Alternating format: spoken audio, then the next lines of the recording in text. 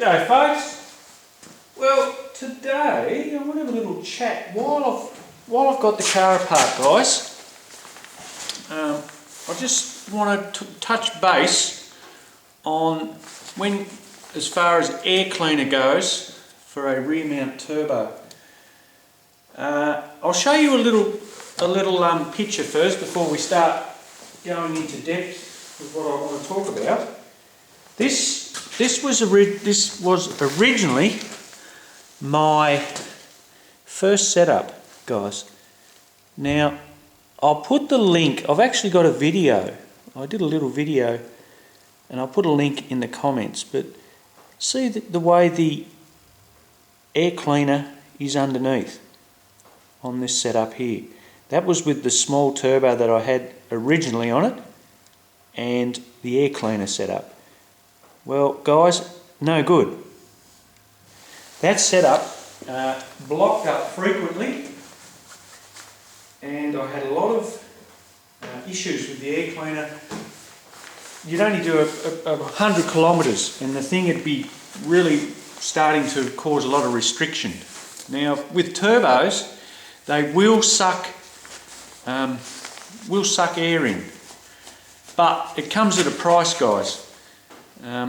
It is a restriction if you have a blocked air cleaner, and especially under the car the way it was, it just gets all the road grime and it takes no time to create a restriction, and let alone if you were driving in heavy rain, it's not an ideal scenario. Well, what I did, guys, I came up with that solution with it in the boot. Now, this actually, a guy, I was actually looking for a decent sized pod filter, but I was in the in a performance shop, and this guy said to me, "Look, mate, I've got I think it was a Ford 250. I'm not sure, but he said it was out of one of those decent sort of trucks a diesel truck. He said, I've got a couple of these sort of filters. What do you reckon you could make up some ends for it and use that?" But look at the surface area on this. This is huge. It's massive, guys. And what I ended up doing, sort of running some aluminum plate on the ends, tech screwing it in on both ends, and a couple of little sort of brackets, and I ended up using some flexible 4-inch tube. It's quite simple. It's not the neatest thing around, but it works really well. And siliconed it in, and these are 4-inch plumbing fittings, and that's a female end, and the other end just sort of slips into here, sort of easy to service and great airflow. So, and being in the boot, guys, that's what I'm sort of trying to get at. That's the perfect spot for a air cleaner when it comes to rear mount turboing. I've only had to ever clean this probably 3 times, and even then it was mainly underneath. It gets a little bit of grime because I've got holes in the bottom of the floor, and that was it. Very easy to service. I get great airflow, so there's hardly any restriction, if any, and it runs perfect. I mean, even if you were running in the wet, this wouldn't get wet at all because it's being up in the boot.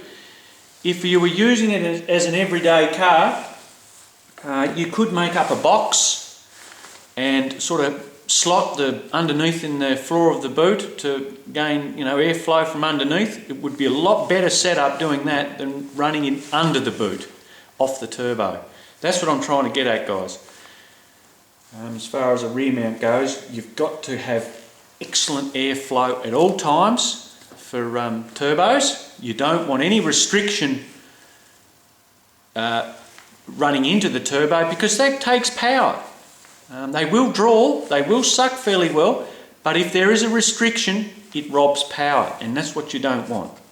So yeah, I just thought I'd share that with you guys while I've got it pulled apart, and it's very important. In my opinion, your air cleaner setup has to be well positioned, maximum airflow in sort of reasonably clean air, and to service, and easily to service too, so it doesn't take much to sort of service this, and it's a great thing. I've had no trouble with it. So yes, good little tip there, guys. So don't run your cleaners underneath if you can avoid it. Alright, well that's my little tip. I'll throw one up soon. Catch you later.